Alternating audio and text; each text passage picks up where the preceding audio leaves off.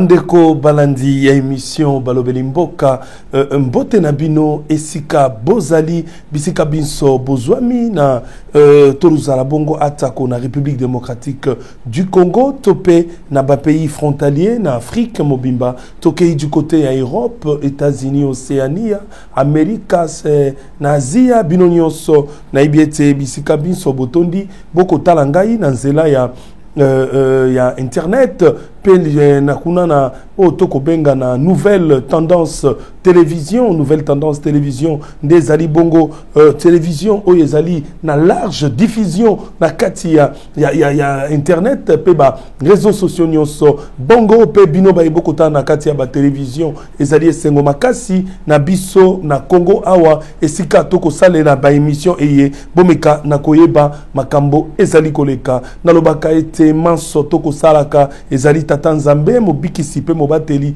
na biso ali kopesa mpe manabo moyi ndali ko sala ete ngai Serge Mfwamba Moluba Boende na zala bongo en communication na bino mpe lokola na bosanité koloba merci na baeba ko soutenir émission eye po ete to zala boye lokola prophète Konde Polo Dominique oya zali bongo leader ya confession religieuse liloba na nzambe na bosaniote na bosanité bandeko nyonso oyo bazali pembeni na ye lokola madame na ye mama Asaf na bosanité papa Jérémy Pikanja na bosani pe yote lokola na tiki pete bongo ko senga merci na oyo azali ko simba bongo technique pete mosale salama malamo ndeko Jordan merci na yo pe pete to bandi mosale yango na bosanité oyo azali na coordination ya nyonso pe asimbi télévision et na kombo ya toko benga honorable Alain Dele merci beaucoup na bakongomani nyonso ndenge boko tala biso kuna na Belgique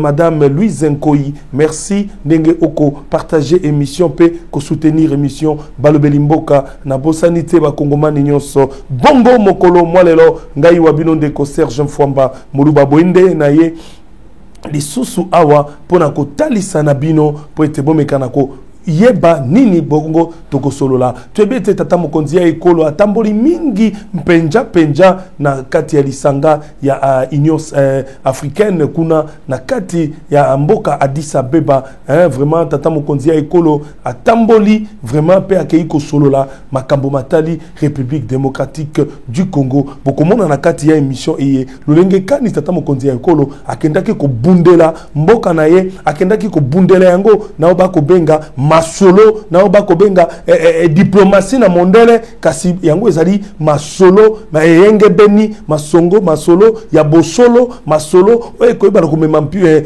bolongi ya mboka na biso na communion na ndenge ya bosangani na bamboka misusu lolenge sengeli bandeko na kati ya émission eye na kotadi sabino lelo makambo mingi oyo boye bakate parce que Congo démocratique en soi ezali mboka oyo peuple nyonso asengeli koyeba pona nini banyokolaka peuple congolais tina nini mindele bazalaka na souci ya Congo ezala na esengote tina nini mindele balingaka tete Congo démocratique yango pe se retrouver peuple congolais a se retrouver peuple congolais azala na limemia tokoyeba yango katina émission eye koluka kotala makambo nini ezali kosalema na mboka eye kuna na Union africaine tozalaki bongo na tata mokonzi ya République démocratique du Congo azalaki na tata mokonzi ngala ko benge su tata mokonzi te mobundisi Congo démocratique Kagame et pas zalaki wana kasi tata mokonzi alilaki litutu penza ya kosakana te na Congo to yango kolia litutu alilaki litutu ya kosakana te ata kodwa mbote ya mpamba ajwaki yango te vraiment na boko mona bino moko makambo nini salemaki kuna boko comprendre ba décision nini ezwamaki boko comprendre masolo nini tata mokonzi asalaki kuna pour que ko mona ete évolution zali kokende du côté pe ya este kuna bandeko na koyebisa bino FRDC na ba partenaire na ye lokola Afrique du Sud lokola ba Burundi ba Afrique du Sud bazali wana balobi bakotika te bakokenda kino na suka bazalendo pe bango pe balobi bakotika ata mokete bakokenda na yango kino na suka bazalendo wana ba bokomona ba Sud Africain bazali ko préparer terrain pour na koyeba ko sala bitumba na bato wana bayaki na biloko na bango nyonso penza Afrique du Sud atiba moyen jeu atiba biloko nyonso awa banguna bakomi ko bete ba missile na Congo mais ba okutana na banti missile oyo eutaki bongo na mboka Sud Afrique ngango wana bandeko bokoluka ko comprendre ba réalité oyo ezali ko salema bongo na Congo démocratique pour que bo mona ba vérité bo mona makambo lenge kani ezali ko salema bandeko bino baye bokotala lisusu émission eye bokomona pe na kati émission eye masolo ya secrétaire d'État américain en charge des affaires africaines aye pe lisusu abeti mwa masolo pona mboka na biso Congo parce que mbala oyo tolingi lisusu masekite Congola lingi lisusu masekite bomona ki bino moko maleleki lolenge ba peuple congolais a telemaki peuple congolais kendaki na ba ambassade azali kati ba drapeau mususu atumbi yango kutu peuple congolais alobi pays nyonso population komenga imolu ba bwende pays nyonso ekosakana na biso ba ko fonctionner awa na Congo te nga lobi na bango na lobi tokende nango malembe tata mokonza ko sala diplomatie tata mokonza ko sala masolo po ete tokende malamu totika brutalité tozana na mwa limemia tozela nanu mokonja mboka aya ko yebisa biso nini tosengeli ko sala bokomona pe disikulu ya tata mokonzi lolenge alobaki ba vérité na kati ya émission ye na niveau ya union sacrée vraiment et plutôt na niveau ya union africaine boko comprendre ba réalité ya masolo hena bandeko yambote tokota na mojindo ya masolo na biso na kosenga nanu na ndeko Jordan kuna na niveau ya régie ameka ko tilanga un peu bandeko na ebisaki bino ville province ya Kinshasa ndeko Blaise Kilimbalimba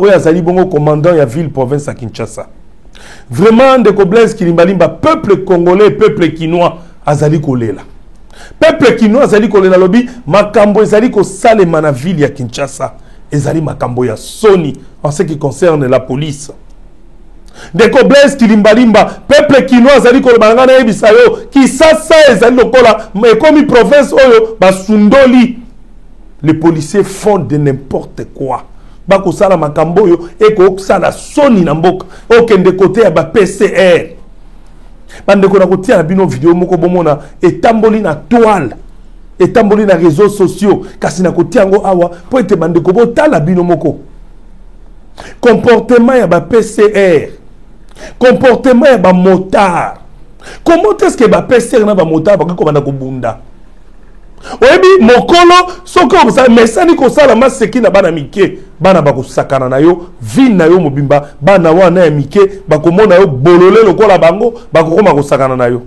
okoma mokolo ya zoba bana ba ko sakana na yo vin na yo mobimba na ko talisa bino koma ba PCR ba ko betana ba PCR ba ko betana na ba motard on lieu policier ozala soki olobi motard a bangi yo on lieu policier ozala soki olobi na chauffeur tellement chauffeur a bangi yo on lieu policier soki olobi na chauffeur a taxi bus zala wana ayo mais lelo ba ko yoka te ba chauffeur a transport ba bangaka ba policier te babangaka ba roulage te pona nini parce que les policiers et les roulages ba misala ba ninga ya ba chauffeur bo misali boko mena likaya esika moko boko mena masanga esika moko bokomi lokola basi na bango bako sakana na bino ezali malamu te ndeko Blaise Kilimbalimba ozali numéro 1 ya ville province ya Kinshasa peuple alobi Lamusa peuple alobi Lamuka peuple alobi telemena makambo ye poete tango tata mokonzi ya ekolo ndeko Félix Antoine Tshisekedi Tshilombo apesi yo privilège apesi yo bokonzi wana na ville ya Kinshasa vraiment sengeli ko kanga bato nyonso bako sala mbilinga bako sala bojoba na ville province ya Kinshasa na kosenga na ndeko Jordan okotela nga video ya ba PCR lolenge bakomi komona bako bundana ba motard les motards bakoma spécial ba motard bakomi mona spécial ba PCR bako bundana ba motard ba PCR boza ko se respecter te yango ba motard ba ko sala biloko oyo Parce que ceux qui veulent se respecter, motard moko ta ko sakana na bino. Soko silisi okochela ngali susu video oyo ba policier ba kei esika ba kuluna ba ko bunda. Bota la comportement ya policier asimi mandoki mais soko botalié azana mulangwa a charger mandoki ko beta et tirer. Est-ce que yo tango charger ki mondoki wana? Olongola ki sirete na yo? Toza pe na mboka wat. To tanga pe bakerasi. To bike mondoki ata o charger, folongola sirete. Pe position azo bete. Angaga bete moto. To angaga bete nyama. Vraiment, nako senga na bakonzi, to me campe, bon me campe ko sali sa peuple congolais, ngana zali molobeli mboka. Na lobaka toujours émission eye na sala ka yango pona ko sunga mboka na biso Congo. Na sala ka ambition eye ba lo titre ngo zali balobeli mboka, ngai moruba bwende souci na ngeza la kaite, to sali sa tata mokonzi ya ekolo, de ko Félix Antoine Tshisekedi Tshilombo, avec tous les problèmes qu'il y a dans le pays, et c'est une totale sa kaiba vérité.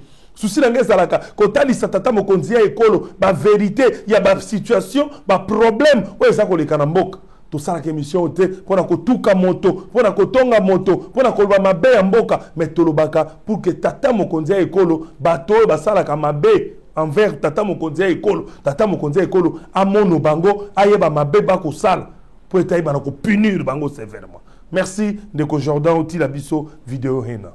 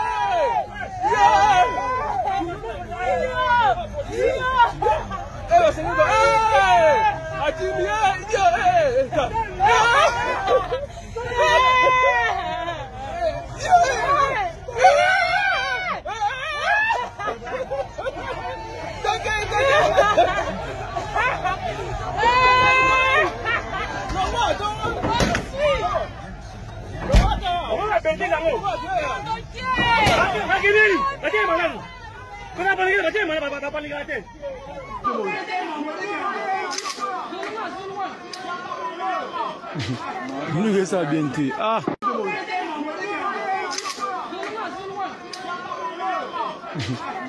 Ça bien été. Bandeko. Bota soda a manière armée. Kukutu. Autotoni. Ayemoko atie. Aïe. Vraiment bandeko. Biloko ezako sala ngai pasi ngai moluba boende. Et ça qu'on sala ngai pasi vraiment pasi makasi na makamboyo. Biloko ezali ko sala pasi pe ko lelisa biso. To sali bato. To koluka Congo na biso kenda liboso. To sali bato. To koluka République oyo etambola na ndenge longo bani. Bomoni bino moko ba police routière PCR ba ko betana na ba motard. Donc sengaki policier mosusu auta mosika ayena mandoki nda bandiko tutula likolo babalu wana eko beba pamba parce que respect ezalité. Policier azi motote sengala beta kama masasi po ete peuple yo kaye. Non. O sengeli kaka te ko bete masasi po ba yo kayo. Soki na ebandeli, o bandaki déjà ko se fait respecter.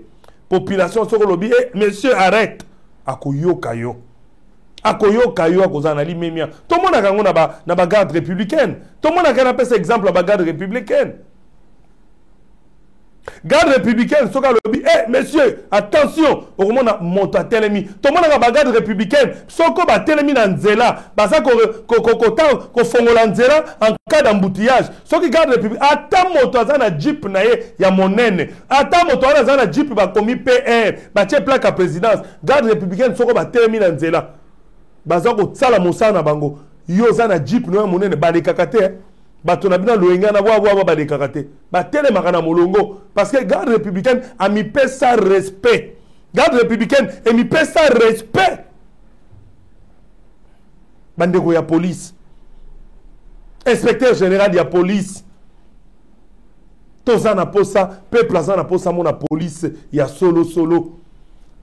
Ba nyonso bakosala maseki na balabala wana bon toka bango soko bokotia bango na recyclage bakenda na recyclage pour que peuple congolais azana posa à vivre na nous vraie police et salela ye mosala ya malamu na mboka pour que mboka na biso ye ekenda na musika parce que ezali makambo ya soni wana boti komona makambo itali ville province ya Kinshasa. Autre chose na ville province à Kinshasa na bosalaki nazali ko pesa coup de chapeau na vice gouverneur ya ville province à Kinshasa ndeko Gérard Jekoko Mulumba. Vraiment coup de chapeau na yo na misalo sali. Dernièrement mbule uto beta makasi awa nazalaki na Wileri ndenge na monelaki Wileri malgré ba caniveau nanu ba curé malgré ba caniveau ezate mai etondi na Wileri na nzela ya kosakana te. Wileri mai o eza kotonda wana ezali pasi ndeko Chantini Ngobila ozana no gouverneur. Tala exemple kako ndeko Jekoko asali. O kaka ndeko Jekoko asali na ba rond-point. Ndeko Chantini Ngobila moment où ezana no moke soko zwi kaka kura tant kaka ya moke bakoki ko skire pe ba caniveau mai ezonga kozonga na ba caniveau to kotambwa na mituka na balabala soko mbule beti banzela lokola Wileri wana okoleka te mai tondi mituka na miso za kokota mai ezali malamu te rond-point Gambela ndeko Gérard Jekoko encore félicitations songala lobaka onyo sa saka mosana malamu na betela kai maboko. Félicitations ndeko Gérard Jekoko Mulumba ndeko mukolo kozwa soko ziba photo ya bisika wana rond-point Gambela ndenge ba kosala musala tope Wileri ndenge komi okobalancer la ngango kaka natalisa na bato bamona rond-point Wileri ndenge basali na peu de temps bamona ndenge pe rond-point Gambela komi kitoko.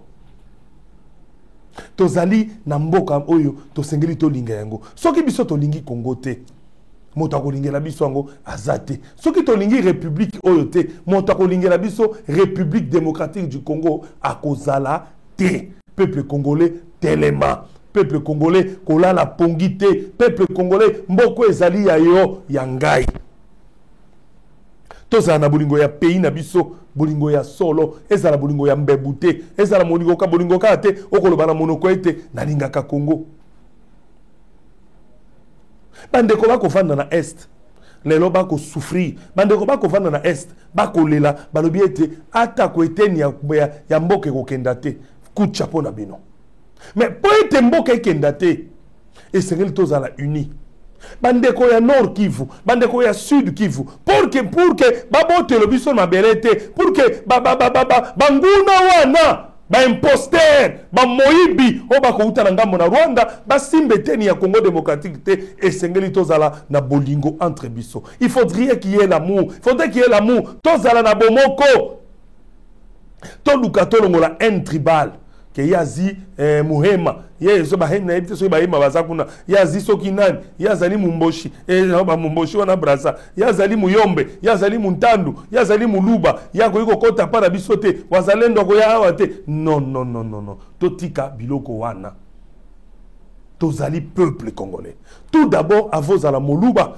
tout d'abord avant à la moswahili tout d'abord avant aux à la Congo tout d'abord avant à la mongala oza d'abord congolais oza d'abord congolais kati na yo makile za ko kule kati ya congolais ya moluba na makile za ko kule kati ya congolais ya mongala makile za ko kule kati ya congolais ya muntandu congolais ya musingombi congolais ya munyanga congolais ya nini ezali makila moko tozana makila ya ancêtre ya Congo oba kobenga yu sangine congolais ya yu sangine congolais ya makila ya tata to pe mama.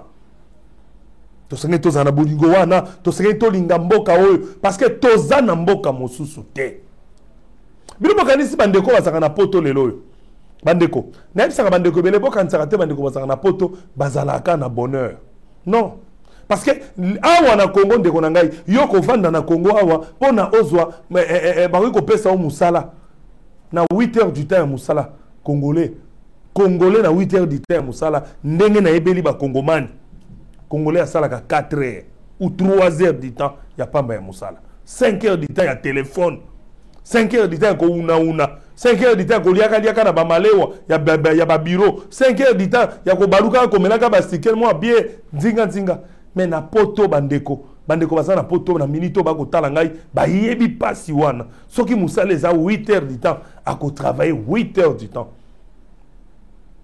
banda kota ki mosala na mosala kino ngonga na ya pause akozwa mwa pause na yeba kopia ye esika kozonga na mosala toka nzate tango batindelaka bato oh mama yaya tala biso tindela biso 10 euros oh zwa ça 200 300 batindaka ngo na esengo te yango na yaki ko comprendre une fois na mitali natali na bi bandeko ya poto tango ba revendikaka wana eza na poto eza na bato ba revendikaka makambo ya solo bali na ba mosusu bakoma lokwa ba bolole bakosala ba venti ya théâtre hein alors ça sous revendication te et comme théâtre bakosala boyebi bango baona pe bazali basalaka théâtre bazali Congo ezali mboka oyo tosengeli kolinga yango bandeko wana tango batindaka mbongo batindaka na esengo te susi na bango ezalaka keno esengeli Congo pe bonga Congo pe pesa bato misala ya malonga pour que ba famille na bango batika kobianga bango ngonga nyonso pour que ba famille na bango batika kobenge bango na tango nyonso ete noko awa tolete moko boya kobela batindaka misolo ngonga nyonso ndeko Jordan okotiela ngai na vidéo ya sous-secrétaire d'État américain en charge ya affaires en charge des affaires africaine otiela ngana no sous-secrétaire d'État américain wana tango a sololaki te okanano mokile yoka nini alobaki po ete to bana kolimbola bino ba ebolingi na lokota ya lingala. Aujourd'hui, notre discussion s'est focalisée sur la situation à l'est de la RDC. Et j'ai redit l'engagement du gouvernement américain pour trouver une solution à cette crise terrible qui a déjà causé beaucoup de morts dans cette partie du pays. C'est très important pour les populations de l'Est de la RDC et de toutes les populations de la région de vivre dans la paix. J'ai voulu réitérer la position américaine qui vise à trouver un règlement pacifique pour éviter la guerre qui va encore créer plus de dégâts et plus de souffrance dans cette partie du pays. Aujourd'hui, notre discussion s'est focalisée sur la situation dans l'Est de la RDC. Et j'ai redit l'engagement du gouvernement américain pour trouver une solution à cette crise terrible qui a déjà causé beaucoup de morts dans cette partie du pays. C'est très important pour les populations de l'Est de la RDC et de toutes les populations de la région de vivre dans la paix. J'ai voulu réitérer la position américaine qui vise à trouver un règlement pacifique. Position la position des États-Unis par rapport à Congo. Bakoluka ba motindo nini pour que États-Unis ameka koluka kodwa pona makambo na est. Est-ce que vraiment États-Unis obiso to ebi États-Unis? Solo soki États-Unis pays lokola Amerika to ebi force ya Amerika. Soki Amerika ya solo États-Unis azaki na posa ya kotia kimia. Soki azaki na posa ya est wana esila. Et c'est Kagame azaki moto wa ko continuer ko zana na pouvoir wana na makambo nyonso ko sana na Congo soki ya solo États-Unis akoluka kimia na Congo toyebi combien de fois États-Unis s'imposa. Et ça, si les États-Unis s'imposaient na Rwanda contre le Congo et na Rwanda par rapport à ce qui se passe au Congo, croyez-vous réellement que les Rwandais vont continuer makambo ba ko sala wana? Êtes-vous sûr vraiment que les États-Unis s'impliquent dans cette affaire? Est-ce que les États-Unis s'impliquent sincèrement dans cette affaire? Connaissant bien les États-Unis d'Amérique, ce qui a solo États-Unis à s'impliquer dans makambo wana. Et c'est le minute. Bazwaka na nubiso Congo, baboyi to soma mandoki, baboyi to salaboy, moment où bango ba Rwandais ba kozwa biloko wana. Bakulukela biso ba problème nyonso wana pona minere na biso ndeko tilanga na no video moko na pesa ki oyo batinda ngai libanga moko oyo balobi mikolo na hoki mindere bakuluka nde libango boko zwango te tiano libanga moko ekopelaka moto wana libanga oyo toyebite zi libanga nini bandeko batindeli ngai yango nga batinda yango na bandeko bana este wana nde batinda yango libanga osoko okokoti yango soko okokoti ye libanga oyo bandi kopela moto toyebite eza nini nga kutu moluba bwende na lobi yango te nde epelaka moto na volcan kuna na Nord Kivu botala bino moko libanga ekopela moto boye oyo nyonso biloko nzambe akotia na Congo pour que esala bango mitema pasi boke na ona mboka na bino botie ekopela te otinde ngo ne beti bombe pu etumbi bino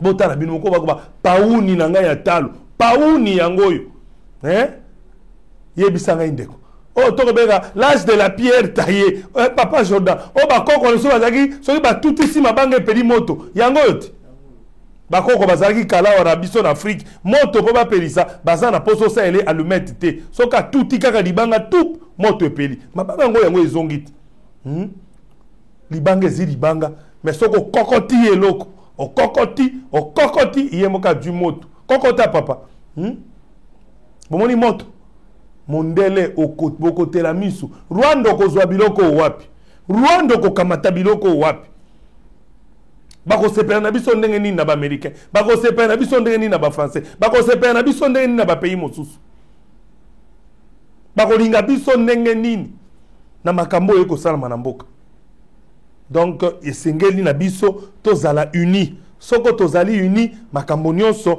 ekoleka malamu soko tozali uni makambo nyonso ekosalema na limemia nyonso wana bandeko tokota mwa moke na kote ya Addis Abeba epai bongo rencontre tata mokonzi ya ekolo ndeko Félix Antoine Tshisekedi Tshilombo akutanaki na baengemeni akutanaki na bandeko mosusu ba président ya ba pays oyo bazalaki na bango kuna kasi na ko rappeler bino ete kuna na kati ya mboka wana tata mokonzi atelemelaki penza solo mambi oyo ekosalema na République démocratique du Congo précisément kuna na est baike bayebi ete tata mokonzi atako okopesa mbote ye moto ayeko nyokola biso Kagame azalaki pe wana mais azwaki litutu ya kosakana te tata mokonzi aglasaki ye atiaki mama na litutu o ba pepe musu balibanga moluba bwende fenge tata mokonzi bete bibotu kaka esika wana na esika na senga jwa bibotu na ye mais toyebi ete ezali malamu te biboko betene bibotu bango ba responsable yango wana ndeko Jordan kotiela ngai video oyo eza kolobela tata mokonzi ekolo ndenge akutangi na ba président tango basisi makambo na bango tata mokonzi yambaki bongo asolaki bongo na bandeko lokola président Cyril Ramaphosa oyo azali bongo numéro 1 ya Afrique du Sud, président Afrique du Sud na mpe lokola ndeko Evariste Ndayishimiye oyo azali bongo ya République ya Burundi atikaki bongo te tata mokonzi ekolo akutanaki lisusu na ndeko ya Zambi bafandaki basololaki akutanaki lipe lisusu na tata mokonzi ekolo ya Brazzaville ndeko Sassou Nguesso obeko sola makambo etali Congo démocratique atikaki pete oyo ya Sud Soudan izaki bongo na 37e sommet ya Union africaine boyo kabino moko d'abord ba rencontre wana lolenge basololaki makambo etali République démocratique du Congo. Les rencontres diplomatiques se sont succédées autour de la crise dans l'est de la République démocratique du Congo à Addis Abeba en Éthiopie en marge du 37e sommet de chefs d'État et de gouvernement. Après les mini-sommets sur la RDC le vendredi, c'est au tour ce dimanche 18 février 2024 d'une tripartite RDC-Burundi-Afrique du Sud pour faire le point sur le déploiement des troupes dans l'est de la RDC. Le président Félix Antoine Tshisekedi et ses homologues Cyril Ramaphosa et Evariste Ndayishimiye ont échangé sur la coordination des opérations sur terrain, étant donné que les forces sud-africaines interviennent dans le cadre de la SADC, tandis que celles du Burundi dans un cadre bilatéral.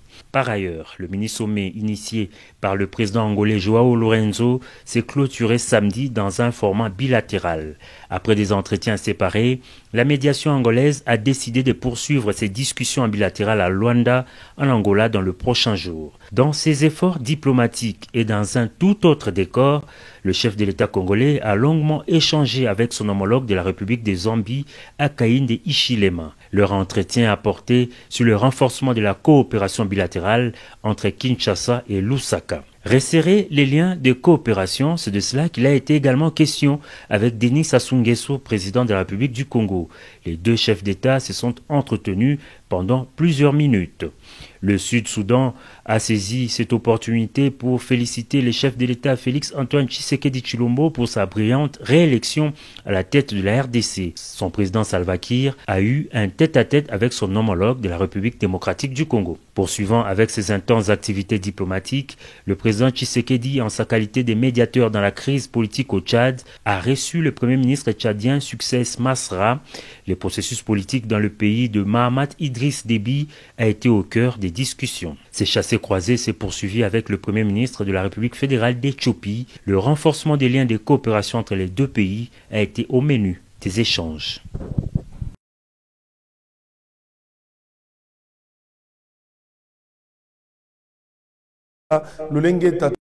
Mokonzi ekolo akutanaki pe asololi na bandeko wana nyonso babeti masolo penza moto na moto azalaki na part na ye ya masolo ya ko comprendre nini tata mokonzi alingi pona mboka na ye Congo. Rapidement ndeko Jordan tshela biso sikoyo discours ya tata mokonzi ya ekolo kuna kaka na kati ya Addis Abeba bato bayoka nini alobaki bomona bino moko ete tata mokonzi ekolo akusala masekite pona makambo etali este ya République démocratique du Congo.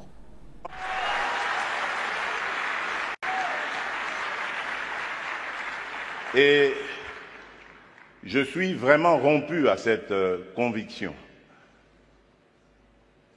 Et lorsque je suis devenu, c'est ça la preuve d'ailleurs, lorsque je suis devenu président de la République, il y a presque 5 ans maintenant, la première destination à laquelle j'ai réservé mes déplacements, c'était l'Afrique.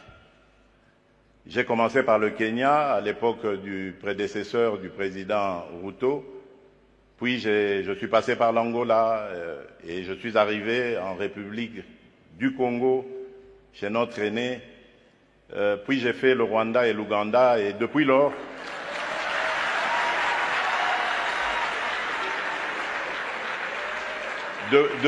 depuis lors, j'ai parcouru et visité tous les 9 pays voisins de la République démocratique du Congo. Il paraît que je suis le premier président à l'avoir fait. Qu'à cela ne tienne, mon but était de parler à tous mes interlocuteurs, mes pairs, de la nécessité que nous avons de vivre en paix, de vivre unis et de développer des projets qui vont être à l'avantage de nos populations respectives. Et je suis en mesure de vous donner, pour chaque pays que j'ai visité, chaque pays voisin, les projets sur lesquels nous avons commencé à parler, à nous organiser pour les développer. Donc c'est vous dire l'attachement que j'ai à la paix et à l'unité des peuples d'Afrique. Mais, car il y a un mais, et là je voudrais vraiment m'excuser de tempérer un peu l'enthousiasme qui a été le nôtre lorsque nous avons suivi le président Ruto, pour dire, malheureusement, nous sommes loin de la réalité. Parce qu'en ce moment, par exemple, où nous parlons de ce sujet très, très important, hyper important, la conservation de notre biodiversité, de nos forêts, il se passe actuellement dans le parc de Virunga une des réserves naturelles les plus importantes au monde, en forêt et en biodiversité, un activisme armé qui met à mal cet écosystème, qui le détruit. Et cela n'a pas été décidé à Washington, à Paris, à Bruxelles ou à Londres. Ça a été décidé en Afrique, et plus précisément à Kigali.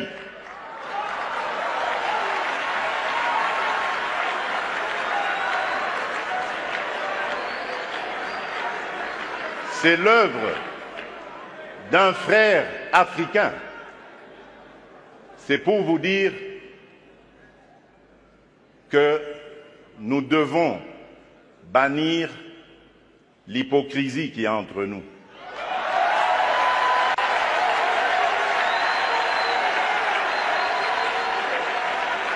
Nous devons bannir des fléaux tels que le tribalisme, la haine de l'autre. Et c'est là, je crois, que nous pourrions parler d'abattre nos barrières, d'effacer les tarifs douaniers, etc. Tout simplement parce que, malgré nos engagements, rappelez-vous, à l'Union africaine, l'horizon 2020 était l'objectif pour faire taire les armes en Afrique. C'est devenu une chimère. Et nous ne nous en offusquons pas. Nous ne condamnons pas. Et tant que ce sera comme ça, il faudra oublier toutes les bonnes initiatives telles que celles préconisées par le président Ruto. Nous devons avoir le courage de nous regarder entre Africains, les yeux dans les yeux.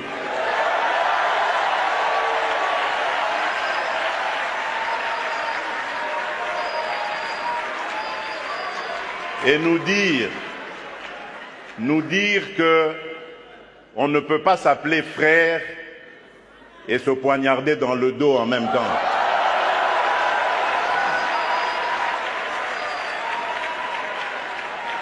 Nous devons arrêter de rejeter nos responsabilités sur les étrangers non africains.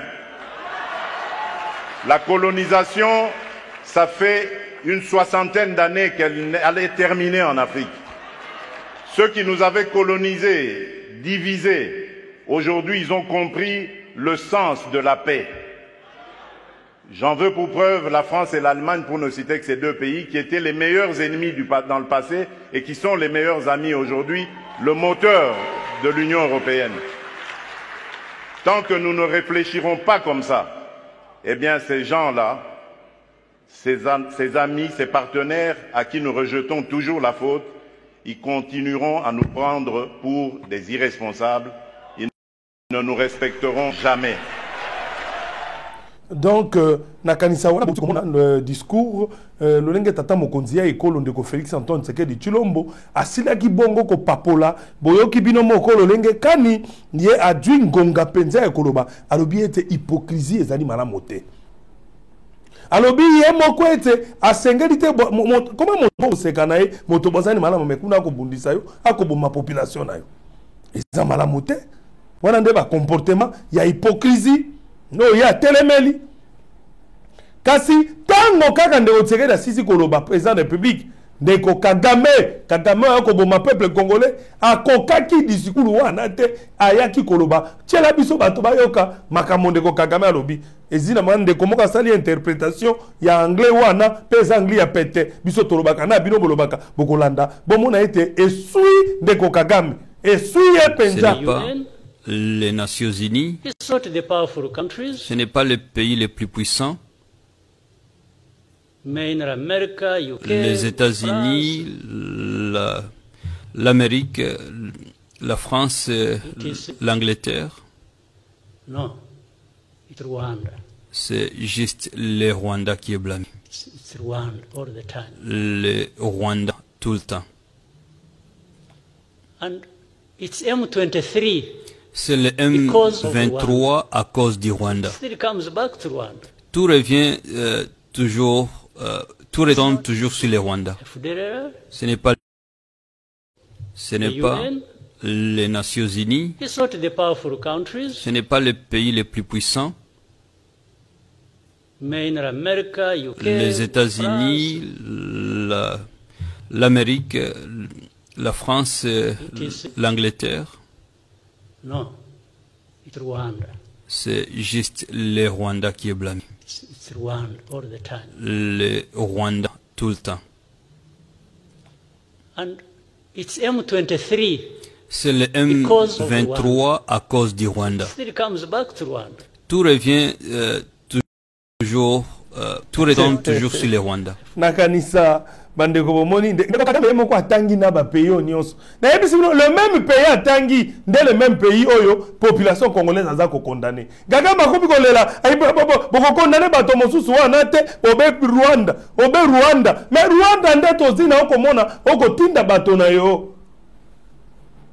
boko sila ndeko sila boko koma na suka émission na bino wana bozana ngote boko zwa ni Goma ni Bukavu ni Rumangabo ni Wacha ni teloko boko zwezate bino nde boko sila boko zonge pai na bino boko koto lokola mba embaka na nzeo mwana puku kotele na mutambwe eza soni botika makambo ya soni yo boko sala mboka o eza mboka na bino te yo moko komi kolela Kagame komi kolela okolela nini nano lelito kolela malamu okolela malamu de Kagame okolela malamu parce que basakana na Congo démocratique te basakana na mboka ya bankate basakana na mboka ya bankoko te we ezali Congo mboka ya banka tokota moi moke rapidement parce que to monaki moi kolele salamaki na assemblée nationale mbaleleki bazai kolela koloba ete bandeko basengela ki ete ba valider ba mandat na bango en tant que ba député kasezaki na moi poko somo ko salemaki wana ezalaki likambo etali ba député oyo baza ba ministre o ba bimaki bongo ba député bazalaki une trentaine et c'est là qui ba yana hémicycle et assemblée nationale pour que baba na mosala ba valider ba mandat na bango ba ike bazai kolinga ko démissionner te nde mokolo ya suka soko na bosanité za mokolo mwa lelo to moneki mwa ba ike basili ko démissionner par exemple na côté la bino image moko bomona ministre o ya démissionnaki pe akei mokolo ke ko jwa biloko na ye po eta kenda population na ya ministère etondaki bomona bino ko réaction botala nde bokoyeba ezalaki bongo na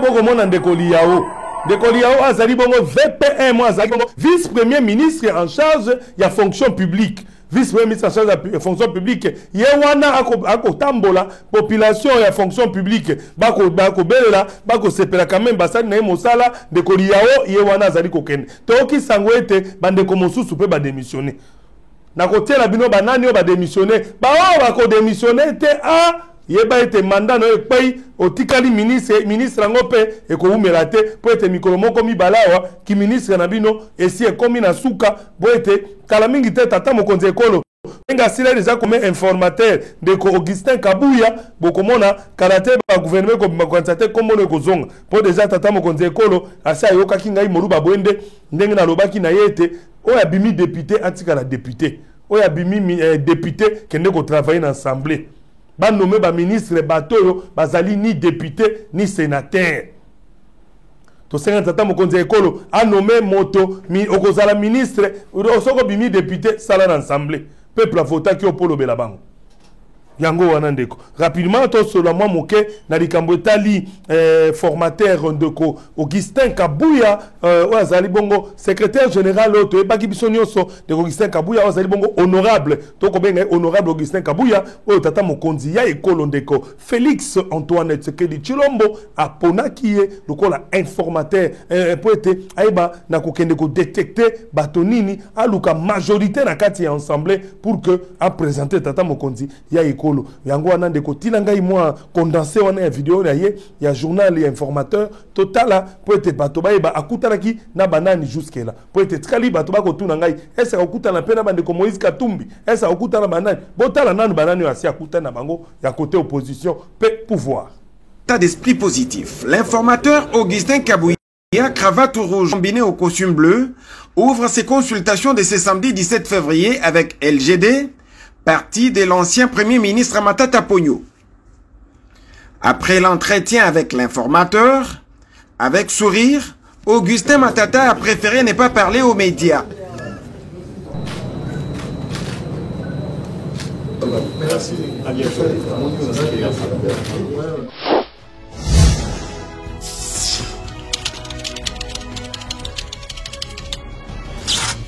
Répondant à l'invitation de l'informateur, les regroupements politiques AFDCA est venu présenter à celui-ci la liste de ses élus qui tous soutiennent la vision du chef de l'État, Félix Antoine Tshisekedi.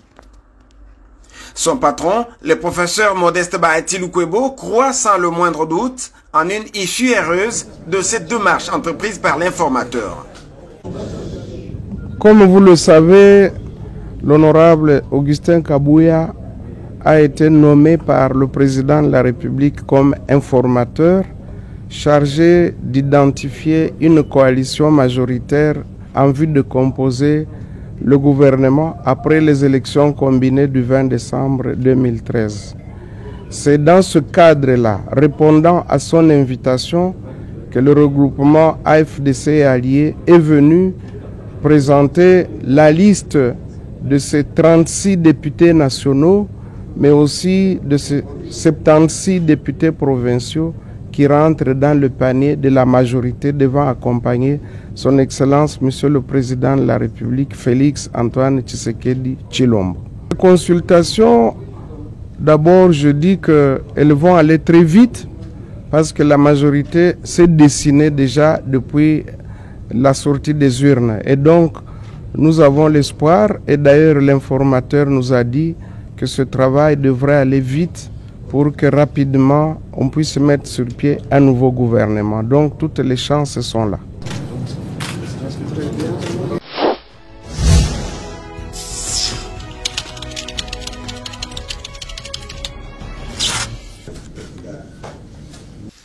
Sous le même chapitre, le groupe politique de l'Alliance et Action pour l'État de droit siégeant à l'Assemblée nationale, par le biais de sa hiérarchie incarnée par Lambert Mende Omalanga, est venu confirmer auprès de l'informateur son appartenance à la majorité parlementaire. Alliance et Action pour l'État de droit a eu un sigle, a eu à être reçu par l'honorable informateur Augustin Kabouya, auquel les membres du regroupement ont confirmé leur appartenance à la majorité parlementaire, c'est-à-dire le groupe politique qui, au sein de l'Assemblée nationale, soutient la vision et le projet porté par le président de la République, Félix Antoine Tshisekedi Tshilombo. Isa bandeko bino moko bosili komona ndenge bomona bilongi ya ndeko Lambert Mende Omalanga oyo ministre ya porte-parole ministre ya communication o natango ya ndeko Kabila azali kozanga esika te bomoni bilongi lokola ndeko Matata Mponyo azali na ndeko Moïse Katumbi Chapwe mais iye wana ba consulter est-ce que ba ko consulter pe bandeko Moïse Katumbi Chapwe tomoni de Matata Mponyo ya koseka kongwenya tomoni bato ya moderne na mona ki bandeko Gentini Ngobila bazali na kotiela bino baza ebele oyo ba consulter bape bamoni bango lolenge na lobaka toujours ete mboka na biso esengeli na tango ya kosola fo bosola parce que tata mokonza azana posa tata mokonza azana posa asala gouvernement moko ya malamo oyo bato nyonso bakozala ba consulter pe bandeko nyonso bandeko na petit kaka dossier oyo te ya Sofide parce que jusque là komolelo eza toujours na kati ya Sofide conseil d'administration ya Sofide motuna ezali kotuna mamoko est-ce que bozali na complicité na DG oyo na kombo ya lisasi liboto to likambo nini DG Oyasi a sali plus de 20 ans. DG Oyauti na malade na poto pendant au moins plus de 7 mois. Un DG Azoke est malade, bino comme conseil d'administration, bozako accepté te bacha un consultant. Consultant a joué intérim ya DG. Depuis quand un consultant a joué intérim ya DG. Et puis bino conseil d'administration, bozako siéger, bozata na sonité. Boza ko siéger, boza na sonité. Mais ça makambo ya soni. ezali soni makasi penza. Ngai nasara ba investigation na ngai nazaka na mawate. Mawate pourquoi? Parce que na lingaka peuple congolais te a souffrir. PCA ya Sofide na kombo ya ndeko Ramazani Barwani Guy. Monsieur Guy Barwani Bendeko Guy Ramazani Barwani. Guy Barwani Ramazani. Guy Ramazani bazala kombo moko. Ozata na sonité vraiment PCA ya Sofide. Comment est-ce qu'on dit qu'un consultant a joué intérim ya DG dans l'entreprise de Mboka? Un consultant a joué intérim au moment où il y avait des agents engagés. Agents ya solo balaki. Bon, ce matin que conseil d'administration. Et ça conseil d'administration, ouais, c'est qu'il faut vivre les sous-soutés. Conseil d'administration, et ça conseil d'administration, ouais, c'est les à la tête. Vraiment, ça dit makambo ya soni. Na ebite, ba syndicaliste ya Sofide boza wapi. Ba syndicaliste ya Sofide bo sengeli bo telema. Ba syndicaliste ya Sofide bo telema. Po ete zalaka te. Ndeko Ramazani Barwani Guy démissionné yomoko. Ndeko lisasili boto na lobaki na kotika te. PG a kotika te na kobanda ko beta msete likolo likambo na yo. Po ete PG a sengeli kolanda yo kino mokolo bakokanga yo. Ndeko lisasili boto okokanga manamboka oyo. Tata mokonze ekolo ndeko Félix Antoine Tshisekedi Tshilombo akoyoka likambo yo. Pe ayoka kayango déjà. Okomona yo moko bakokanga yo soki okotika te na kimia. Et puis bandako na yo kiete il semblerait nazo zelana nazo ba preuve wana il semblerait que bosipe boteki bandako ya Sofide. Il semblerait bandako ya Sofide était kami déjà boteki quelqu'un ndako ya Sofide. Banyongo ya Sofide bato bo defisa bambongo. Poni bozozo bambongo ya Sofide te. Ezali soni makasi. Oh, la makambo ezali kosalama ezali soni. Depuis l'an 2019, Sofida soko a prêté kopesa sa population mbongote. Mais au soni. Depuis 2019, Sofida soko a kopesa sa peuple crédité. Sofida soko a kopesa crédité. Mais ebela ba million, gouvernement pesa kabino 20 millions de dollars. Bozwaka mbongo ya BDGL 10 millions. Bozwi mbongo ya Maxime Bank 10 millions. Nyonso na boche wapi. Ezali soni. Conseil d'administration nyonso ya Sofide sengeli bakoye. S'il faut ko kangana pe PCA wana ko kangaye. DG kutu yo na ebisa na ko ba DG ya Sofide. IGF to zelio na Sofide yete. PG ra kotala likambo wana. Cour des comptes to ko senga na cour des comptes aya na Sofide. Cour des comptes aya ko enquêter. Maman ministre portefeuille ti lelo. Bon remona na te mais bon quand moi tango justice asi à côté du Camboy to koti kabinote tata mokonzi ekolo ndeko Félix Antoine Tshisekedi Tshilombo alabaka okomisa ba jeune congolais ba millionnaire place ba sengeli ba koma ba millionnaire yango banque lokola Kadeko ba biloko lokola Sofide nde bisengeli tombola jeunesse congolaise na koti kabinote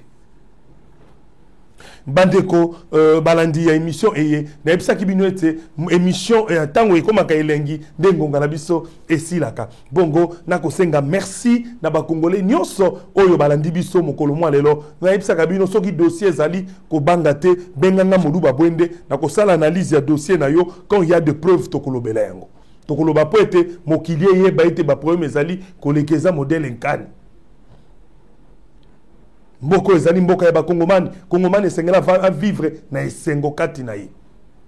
Merci encore Nabino Bokota Ngai partout dans le monde. Merci na Paris le col la grande dame Shida Ibula. La grande dame Shida Ibula na ebiete na monaki message komela kingai ozali bongo ko préparer milulu monene ozali ko préparer soko na bosanité zali le 24 soko na bosanité ozali ko rassembler ba goloa nyonso o websinga molu ba bwende ngai pe na ko sala organisation le col yo soutenir ka faire regola olobi na ngai te yo na ndeko Picasso Mbayabo Mbayabo, Madame Shida Ibula, na ndeko Pikas Mbayabo, balobi na ngai te ba Gaulois nyonso baza reconnu, ba Gaulois ya makasi nyonso, date ezali j'espère le 24, soko na bosanité okonde au rassembler ba bato nyonso baya kokutana na yo kuna esika bozali ko organiser milulu na bino na mboka Paris, vraiment na bosanité Shida Ibula Zambe abatela yo na ebiete yo ebisengo lobi Serge ngai na pona yango na tanga malamu balobi Pikas Mbayabo et Shida Ibula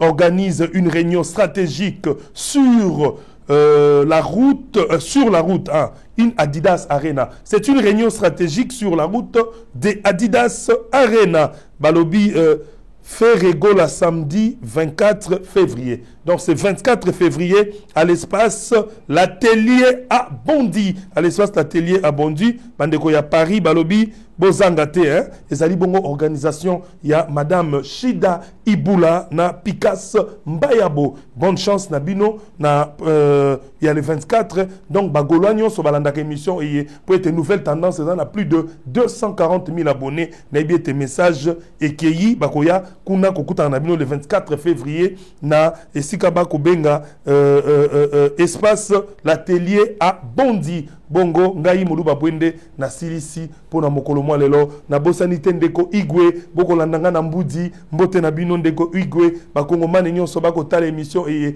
zamba batela bino bandeko ya Montikile nyonso na bandalungwa partout na Congo mobimba botika na malamu bandeko ya Équateur na yo kisango na ebindeni na kolobela makambo na bino. Allez ndeko Jordan zamba batela yo pe mokolo malamu pona yo.